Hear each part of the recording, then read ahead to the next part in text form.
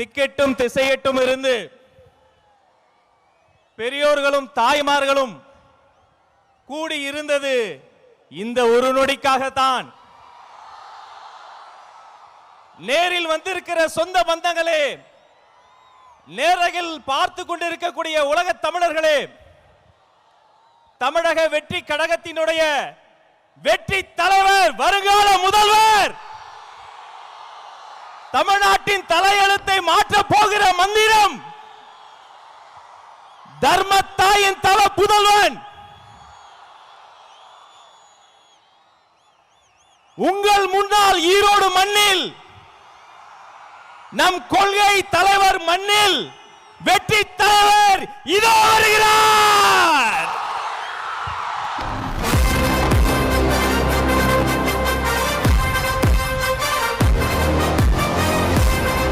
Hello.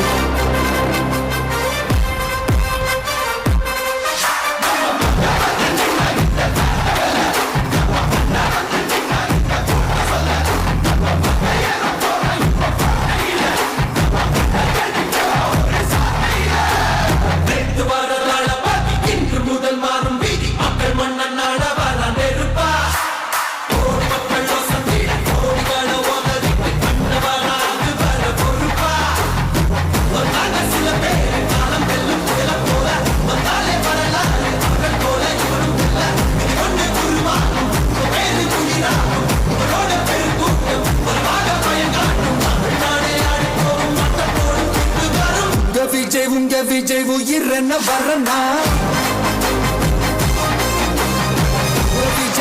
Vijay எளியவன் குரல்னா, விஜய் தனியார் இல்ல கடல்னா.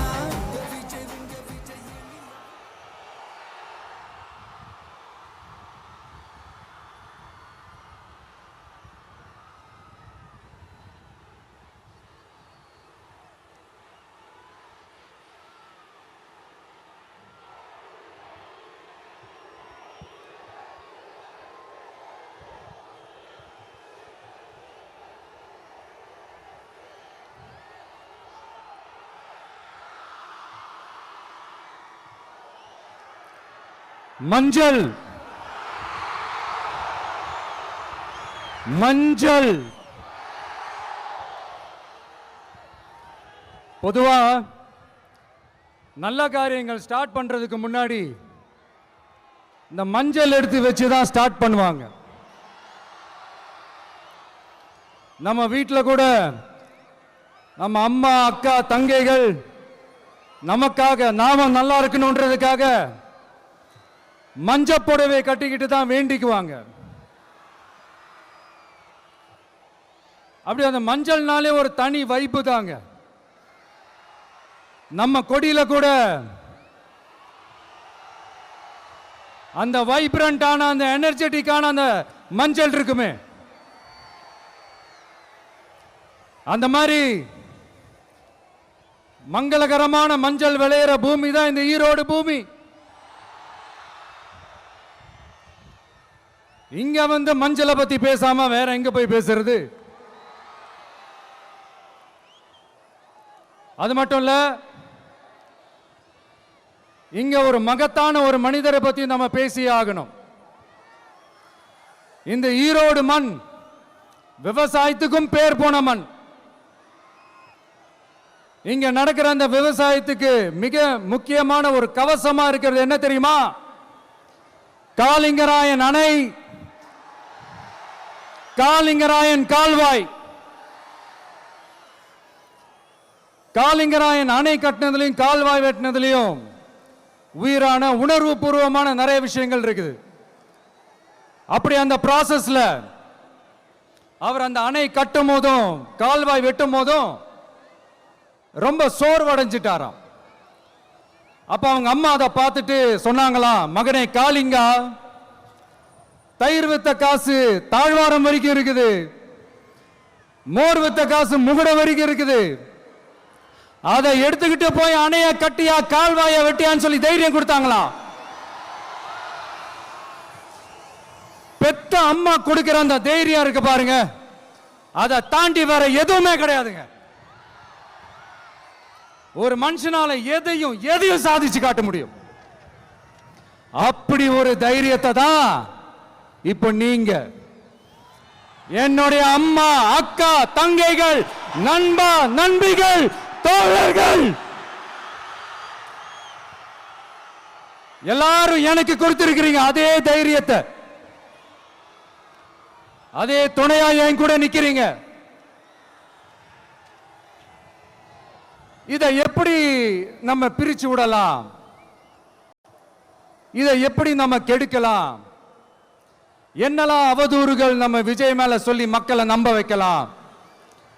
என்னெல்லாம் சூழ்ச்சிகள் நம்ம விஜய் மேல பண்ணி மக்களை நம்ப வைக்கலாம்?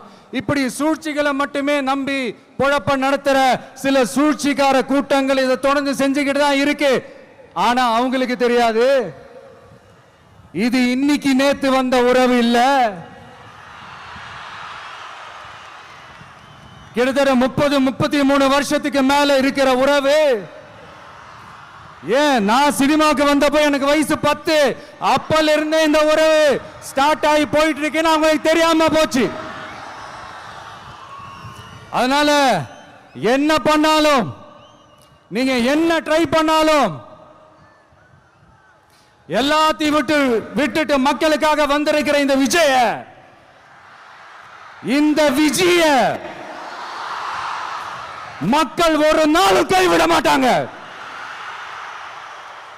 மக்கள் கூடவே நிக்கிறாங்க, கூடவே நிப்பாங்கன்னு அவங்களுக்கு தெரியாம போச்சு. என்னப்பா நிப்பீங்கல்ல? உங்களை நம்பிதாப்பா வந்திருக்கிறேன். அதான் இந்த சத்தம் தாங்க வாழ்நாள் பூரா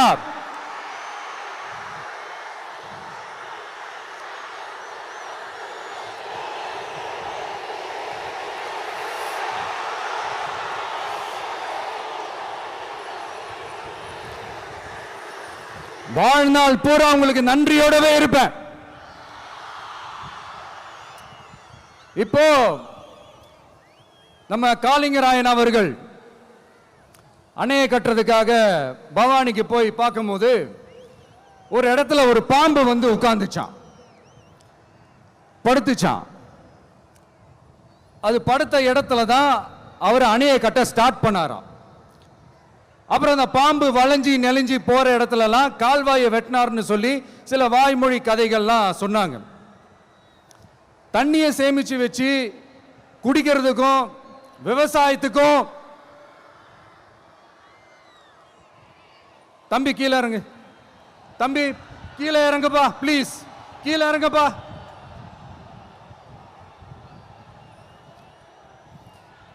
ஓகே, தேங்க்யூ கீழே இறங்குங்க, கீழே இறங்குப்பா. நீ இறங்கினாதான் முத்தம் கொடுப்பேன்.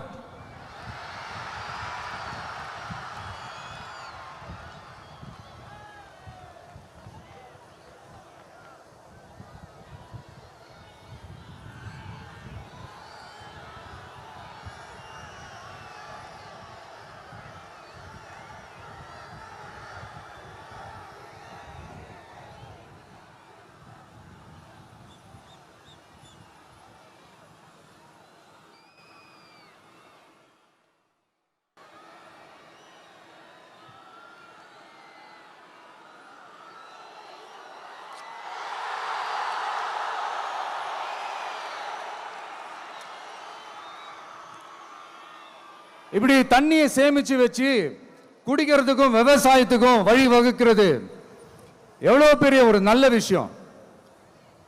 சோ இந்த மாதிரி நல்ல விஷயங்கள்லாம் செஞ்சிட்டு கதைகள் சொன்னா பரவாயில்ல, எதுவுமே செய்யாம கதைகளை மட்டும் அடிச்சு விடுறது எப்படி? அத்திக்கடவு அவிநாசி திட்டத்தை இன்னும் விரிவுபடுத்தினா அந்த 3 மாவட்டத்தில் இருக்கிற லட்சக்கணக்கான மக்களுக்கு எவ்வளவு பிரயோஜனமா இருக்கும்.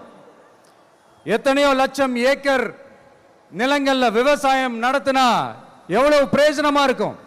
ஏன் அதெல்லாம் பண்ண மாட்டேன்றீங்க? வள்ளுவர் கோட்டத்துக்கு காட்டுற அக்கறைய இங்க மக்கள் வாழ்வாதாரத்தில் கொஞ்சம் காட்டலாம்ல, ஏன் காட்ட மாட்டேன்றீங்க? இங்க என்ன கவர்மெண்ட் நடத்துறாங்களா இல்ல கண்காட்சி நடத்துறாங்களா? இந்த 21ஆம் நூற்றாண்டிலே மக்களை பத்தி எதுவுமே யோசிக்கிறது இல்ல. ஆனா அந்த காலத்திலேயே இது எல்லாத்தையும் பத்தி யோசிச்ச, மக்களை பத்தி, குடிக்கிற தண்ணியை பத்தி, விவசாயத்தை பத்தி, அணை கட்டுறதை பத்தி, கால்வாய் வெட்டுறதை பத்தி, இதெல்லாம் எங்கிருந்து? பவானியிலிருந்து நொய்யலாறு வரைக்கும் கால்வாய் வெட்டி இது எல்லாத்தையும் பத்தி யோசிச்ச காளிங்கராயன் அவர்களுக்கு கோடி கும்பிடு போட்டாலும் பார்த்தாதுங்க.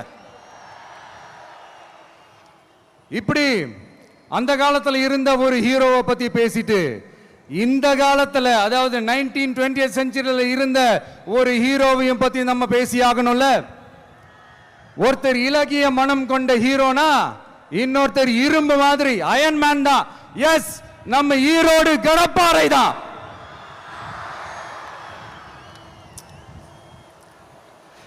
ஒட்டுமொத்த தமிழ்நாட்டையே திருப்பி போட்ட சீர்திருத்த நெம்புகோல். ஈரோடு மாவட்டத்தில் பிறந்த அவர்தான். இந்தியாவுக்கே இடஒதுக்கீடு சம்பந்தமான அரசியல் சட்டத்தை திருத்தறதுக்காக போராட்டம் நடத்தினவர் யாரு? நம்ம தந்தை பெரியாரு. 100 வருஷத்துக்கு முன்னாடியே வகுப்பு வாரி பிரதிநிதித்துவம் வேணும்னு கேட்டவர். அன்னைக்கும் சரி இன்னைக்கும் சரி ஒரு ஆச்சரியத்தோட பார்க்கக்கூடிய ஒரு மனிதர், நம்மளுடைய கொள்கை தலைவர். அப்ப அண்ணாவும் எம்ஜிஆரும் யாரு? பெரியார் அவர்கள் கிட்ட இருந்து எங்களுக்கு தேவையான கொள்கைகளை எடுத்துக்கிட்டோம்.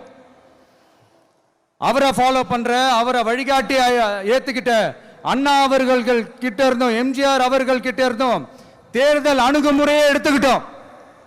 அண்ணாவும் எம்ஜிஆரும் தமிழ்நாட்டோட சொத்து. அவங்கள பயன்படுத்துறத பத்தி யாரும் இங்க கம்ப்ளைண்ட்லாம் பண்ண முடியாது. அண்ணா எங்களோடது, எம்ஜிஆர் எங்களோடது, நீங்களா எடுத்துக்க கூடாது அப்படிலாம் யாரும் இங்க அழுதுட்டு இருக்க முடியாது, சொல்லிவிட்டேன். அதனால நாங்க ஒரு வழியில அரசியல் செஞ்சுக்கிட்டு போயிட்டு இருக்கிறோம். உங்களுக்கு தான் டிவிக்கு ஒரு பொருட்டே இல்லைல்ல, அப்புறம் ஏன் கதறீங்க? அப்புறம் ஆளாளுக்கு அங்க போயிட்டு இங்க போயிட்டு புலம்பி தள்ளிக்கிட்டு இருக்கிறீங்க. இது எப்படி இருக்கு தெரியுமா? எனக்கு பயம் இல்ல, எனக்கு பயம் இல்ல அப்படின்னு சத்தமா சவுண்ட் விட்டுக்கிட்டே, சத்தமா பாட்டு பாடிக்கிட்டே, இந்த நடுங்கிக்கிட்டே சின்ன பசங்க நடந்து போவாங்க, அந்த மாதிரி இருக்கு. முதல்ல மண்டையில இருக்கிற கொண்டைய மறைங்க சார்.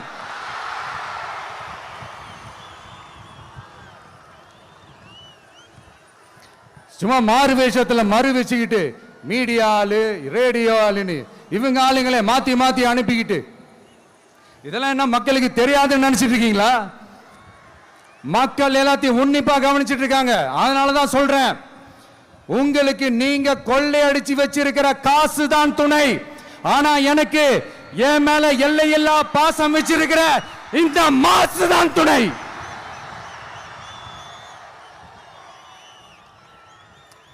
இப்படி நமக்கு துணையா இருக்கிற ஈரோடு மக்களுக்காக நான் இப்போ குரல் கொடுக்கலான்னு வந்திருக்கிறேன்.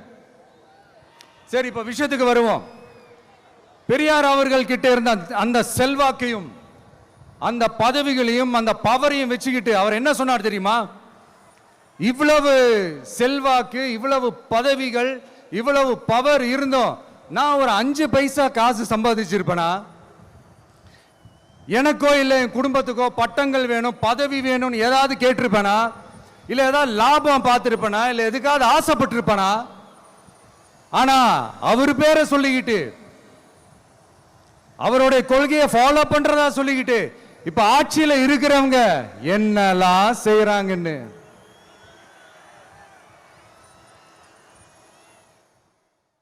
அதனாலதான் சொல்றோம், பெரியார் பேரை சொல்லிக்கிட்டு தயவு செஞ்சு கொள்ளையடிக்காதீங்கயா, தயவு செஞ்சு கொள்ளையடிக்காதீங்க. அவரு பேரை சொல்லிக்கிட்டு, பெரியார் பேரை சொல்லி கொள்ளையடிக்கிற இவங்க தான் நம்மளுடைய அரசியல் எதிரி. மக்களை நீங்க சொல்லுங்க, நம்மளுடைய அரசியல் எதிரி யாரு? நம்மளுடைய கொள்கை எதிரி யாரு? ரிப்பீட், நம்மளுடைய அரசியல் எதிரி யாரு? நம்மளுடைய கொள்கை எதிரி யாரு? உங்களுக்கு புரியுதுல்ல? எனக்கு அது போதும்யா, எனக்கு வேற எதுவுமே தேவையில்லை.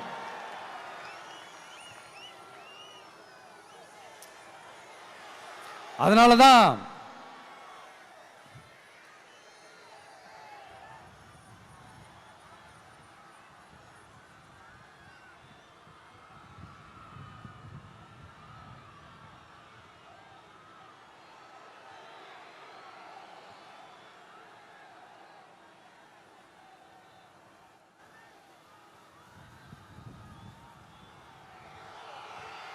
உங்களுக்கு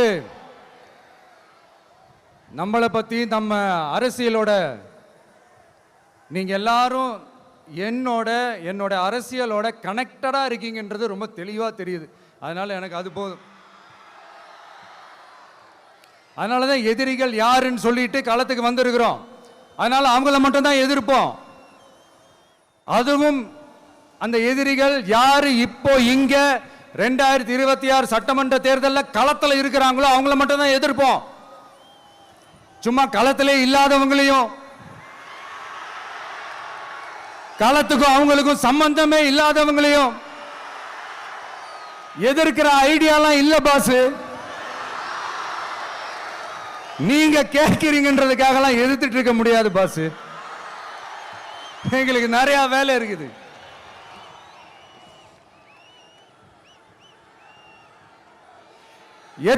எத்தனை பொய்யான வாக்குறுதிகள். வந்த உடனே நீட்டை ரத்து செய்வோம், கல்வி கடனை ரத்து செய்வோம், கேஸ் சிலிண்டருக்கு மானியமா 100 ரூபாய் தருவோம், என்னெல்லாம் அடிச்சு விட்டுட்டு இன்னி வரைக்கும் கேட்கிறேன், இதெல்லாம் சொன்னாங்களே செஞ்சாங்களா? இவங்க எப்பவுமே இப்படிதான், சொல்றது ஒண்ணு செய்யறது ஒண்ணு. திமுகவும் பிரச்சனைகளும் ஃபெவிகால் போட்டு ஓட்டின ஃப்ரெண்ட்ஸ் மாதிரி ஒன்னிலிருந்து ஒன்ன பிரிக்கவே முடியாது. இப்போ ஈரோடு பகுதியில் இருக்கிற பிரச்சனையை பத்தி பேசுவோம். பெரியார் பேரை மட்டும் சொல்லிக்கிட்டு எப்படி அவரோட கொள்கைகளுக்கு எதிராக செயல்படுறாங்களோ அப்படிதான் இந்த மஞ்சள் நகரத்தோட மஞ்சளுக்கும் ஒண்ணும் பண்ணல, மஞ்சள் விவசாயிகளுக்கும் ஒண்ணும் பண்ணல. ஆராய்ச்சி மையம், சிறப்பு மையம்னு கோடியா டெண்டர் விட்டாங்க, பேருக்கு கட்டிடத்தை கட்டினாங்க.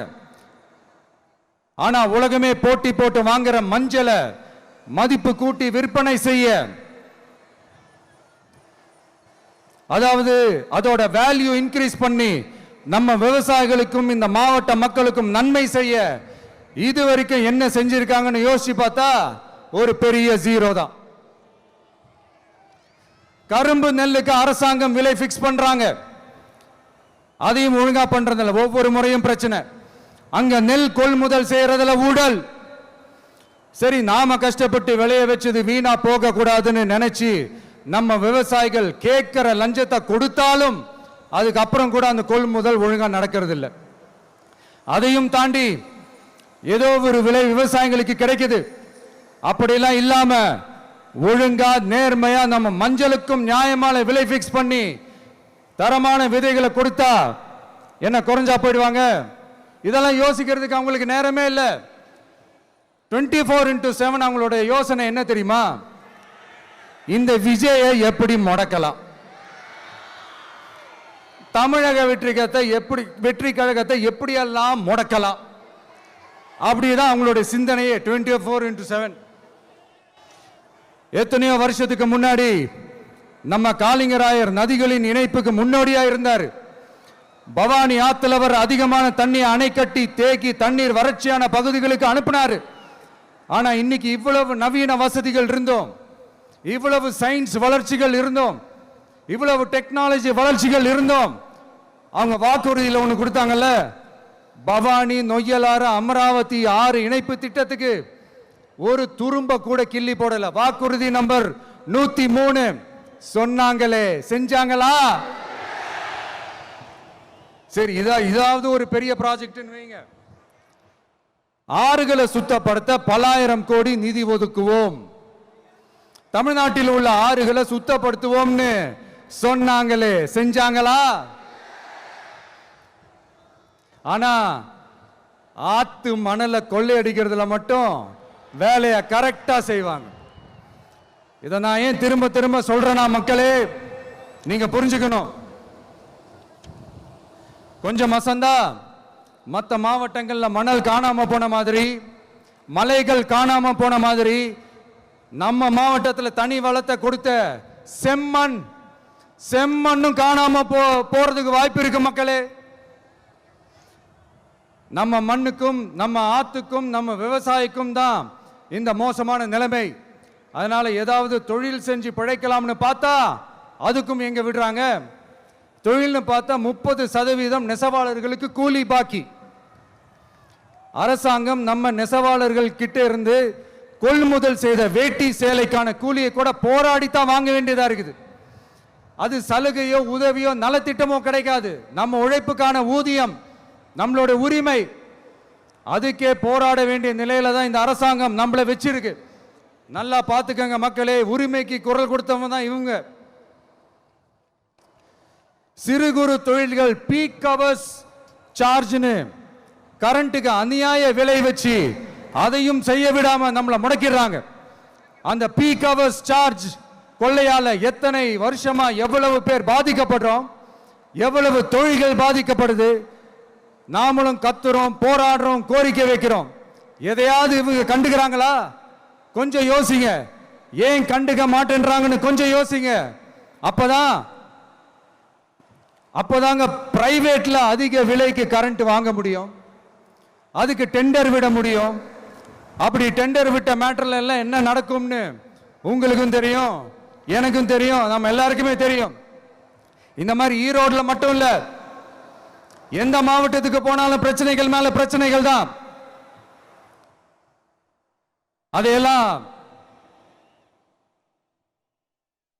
அதையெல்லாம் தீக்கிறதுக்கு ஒரு சொல்யூஷன் கூட சொல்லாம இதுல வேற பெருமையா மாடல் அரசுங்கிறது இல்ல. நான் கேட்கிறேன், கூச்சமா இல்ல?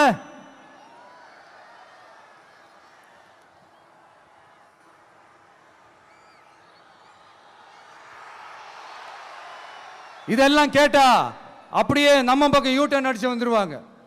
விஜய் என்ன அரசியல பேச மாட்டேன்றாரு, விஜய் என்ன சினிமா டயலாக் மாதிரி பேசுறாரு, விஜய் என்ன பஞ்ச் டயலாக் பேசுறாரு, விஜய் என்ன 10 நிமிஷம் தான் பேசுறாரு, 9 நிமிஷம் தான் பேசுறாரு. நான் எத்தனை நிமிஷம் பேசினா உங்களுக்கு என்ன சார்? நான் எப்படி பேசினா உங்களுக்கு என்ன சார்? உள்ள விஷயம் என்னன்னு பாருங்க சார். ஒவ்வொரு மாவட்டத்துக்கும் போய் மக்கள் ஃபேஸ் பண்ற பிரச்சனைகளை எடுத்து பேசிட்டு இருக்கிறேன். பின்ன அது அரசியல் இல்லாம வேற எதுதான் அரசியல்?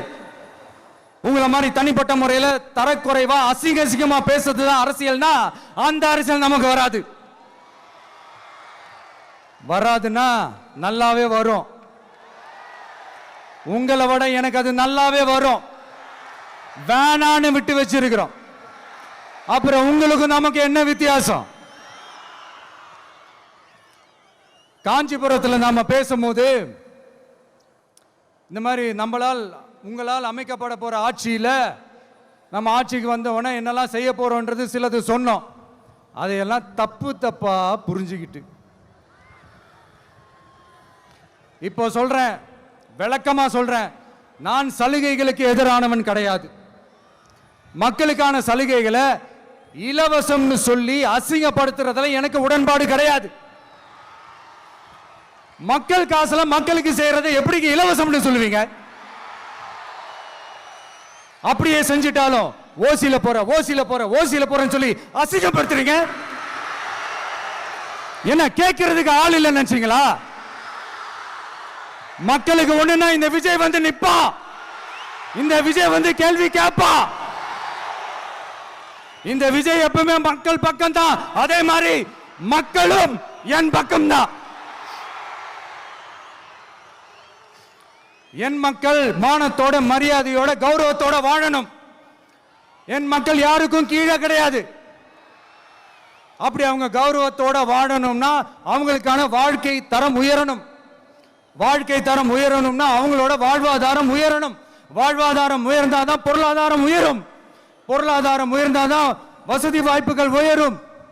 இதெல்லாம் உயர்ந்தாலே ஆட்டோமேட்டிக்கா அவங்களோட வாழ்க்கை தரம், அவங்களுக்கான மரியாதை, அவங்களுக்கான கௌரவம் எல்லாமே உயரும். இதுக்கான வழிகள், அந்த சூழல்களை அந்த கவர்மெண்ட் அமைச்சு கொடுக்கணும். இதுக்கான அந்த திட்டங்களை செயல்படுத்தணும். இதெல்லாம் செஞ்சாதான் அந்த அரசாங்கம் ஒரு நல்ல அரசாங்கம். இதைத்தான் அன்னைக்கு சொன்னோம்.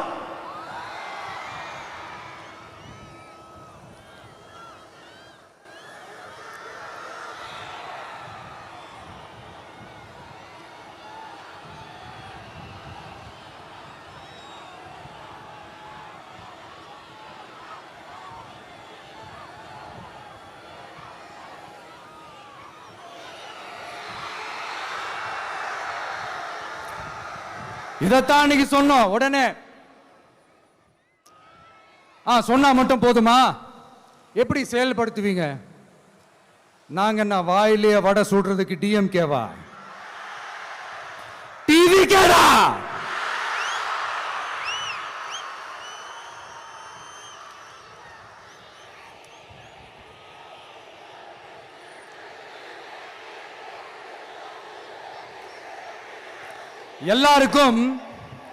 எல்லாருக்கும் நிரந்தரமான ஒரு வீடு இருக்கணும்னு சொன்னோம்.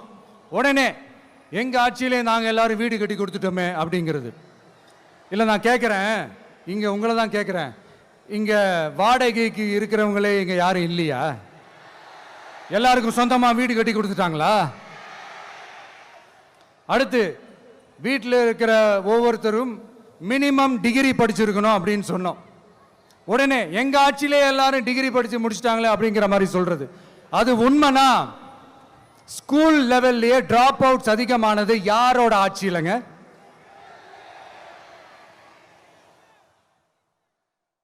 பசங்க பிள்ளைங்க யாரும் ஸ்கூல்ல சேரலன்னு சொல்லிட்டு எனக்கு தெரிஞ்சு 207 கவர்மெண்ட் ஸ்கூல்ஸ் மூடினது யாரோட ஆட்சியிலங்க?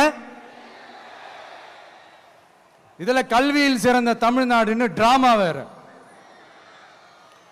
அடுத்து குடும்பத்தில் ஒருத்தருக்கு நிரந்தரமான வருமானம் வரணும், வேலை வாய்ப்பு கிடைக்கணும் அப்படின்னா நாங்க கொடுக்காத வருமானமா, நாங்க கொடுக்காத வேலையா அப்படிங்கிறது. எத்தனையோ லட்சம் காலி பணியிடங்கள் நிரப்புவோம்னு வாக்குறுதி கொடுத்துட்டு ஆட்சிக்கு வந்தீங்களே, எத்தனை லட்சம் காலி பணியிடங்களை நிரப்புனீங்க? அட்லீஸ்ட் 1 லட்சம் காலி பணியிடங்களாவது நிரப்புனீங்களா? இதெல்லாம் சொல்லிட்டு மக்களை ஏமாத்துறது யாரோட ஆட்சியிலங்க? அடுத்து ரொம்ப முக்கியமா, பெண்களுக்கு பாதுகாப்பு இல்ல, சட்டம் ஒழுங்கு சரியா இல்லைன்னு சொன்னா தமிழ்நாட்டில் பெண்கள் பாதுகாப்பு தான் அதிகமா இருக்குதான். நீங்க சொல்லுங்க மக்களே, பெண்கள் பாதுகாப்பு இருக்கு? சட்டம் ஒழுங்கு சரியா இருக்கு? அவங்க சொல்றது உண்மையா? அவங்க சொல்றதை நீங்க ஏத்துக்கிறீங்களா? சத்தமா கேக்குதா சார்? இதுதான் ரியாலிட்டி, இதுதான் நிஜம். நம்மளுடைய ஆட்சியில சட்டம் ஒழுங்குல சமரசமே இருக்காது. அதனாலதான் இவ்வளவு ஸ்ட்ராங்கா சொல்றோம், தைரியமா இருங்க மக்களே. இந்த மாதிரி விஷயங்கள்லாம் நம்ம மக்கள் கிட்ட எடுத்து சொன்னா உடனே இந்த இது எடுத்துட்டு வந்துருவாங்க.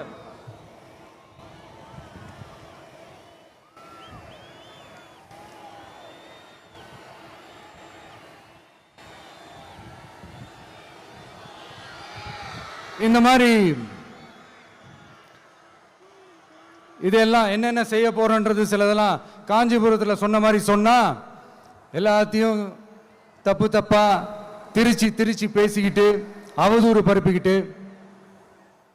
நான் கூட யோசிப்பேன், எம்ஜிஆர் அவர்களும் மேடம் ஜெயலலிதா மேடம் அவங்களும் ஒரே வார்த்தையில சொல்லி இந்த திமுகவை காலி பண்ணாங்கல்ல.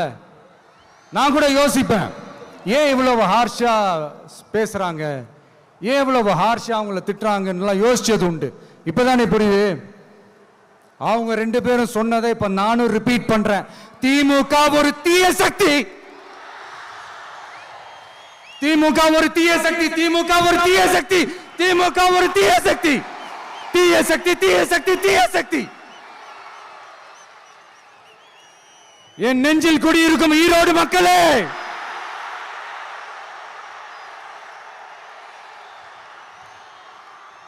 டிவிகே ஒரு தூய சக்தி. எப்படி? டிவிகே ஒரு தூய சக்தி.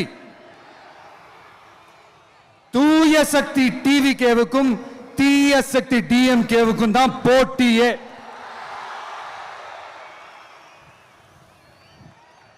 என்ன முடக்கலாம்னு நினைக்கிறீங்க, ஆனா இந்த சத்தத்தை ஒரு நாள் உங்களால முடக்க முடியாது. மக்கள் விரோத திமுக அரசை வீழ்த்த மக்கள் சக்தியான நம்மளால மட்டும்தான் முடியும். அண்ணன் செங்கோட்டையன் அண்ணன் அவர்கள் நம்ம கூட வந்து சேர்ந்தது நமக்கு ஒரு மிகப்பெரிய ஒரு பலம். அந்த மாதிரி செங்கோட்டையன் அண்ணன் அவர்கள் மாதிரி இன்னும் நிறைய பேர் வந்து சேர இருக்கிறாங்க. அவங்க எல்லாருக்குமே அந்த உரிய அங்கீகாரத்தை கொடுப்போம்.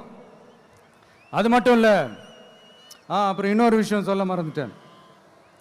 இப்போ ரீசண்டா ஒரு இடத்துல நம்ம சிஎம் சார் அவர்கள் பேசும்போது சொன்னாங்க, என் கேரக்டரையே புரிஞ்சுக்க மாட்டேங்கிறேன். இது சினிமா டயலாக் இல்லையா? நான் ஏதாவது பேசினா சினிமா டயலாகா? சார் பேசினா அது சினிமா டயலாக் இல்லையா? சிலப்பதிகாரத்திலிருந்து எடுத்ததா அந்த லைன், என் கேரக்டரையே புரிஞ்சிக்க மாட்டேன்றது. உங்களை எப்படி தான் சார் புரிஞ்சுக்கிறது? எந்தெந்த விஷயத்துலலாம் சார் உங்க கேரக்டர் நாங்கள் புரிஞ்சுக்கிறது? அதையும் நீங்களே சொல்லிட்டீங்கன்னா கொஞ்சம் நல்லா இருக்கும் சார். சட்டம் ஒழுங்குல நாடே சந்தி சிரிக்குது அதுலையா? பெண்கள் பாதுகாப்புல நாடே சந்தி சிரிக்குது அதுலையா? பொய் வாக்குறுதிகளா கொடுத்து ஏமாத்தி ஆட்சிக்கு வந்தீங்களே அதுலையா? எதுல தான் சார் உங்க கேரக்டர் நாங்க புரிஞ்சுக்கிறது? ஆனா ஒண்ணு, தமிழ்நாட்டில் ஆட்சி செய்யற நீங்களும் சரி, ஒன்றியத்தில் ஆட்சி செய்யறவங்களும் சரி, நீங்க ரெண்டு பேரும் முதல்ல என்னோட கேரக்டரை புரிஞ்சுக்கணும் சார். என்னோட கேரக்டர்னு சொன்னது நம்ம மக்களோட கேரக்டரை. 2026 சட்டமன்ற தேர்தலோட அந்த கேரக்டரே கொஞ்சம் வேற மாதிரி சார். அதை கொஞ்சம் தயவு செஞ்சு நீங்க புரிஞ்சுக்கணும் சார். புரிஞ்சுக்கலன்னா மக்களே உங்களுக்கு புரிய வைப்பாங்க சார். கான்பிடண்டா இருங்க சார், நல்லதே நடக்கும் சார். வெற்றி நிச்சயம் சார்.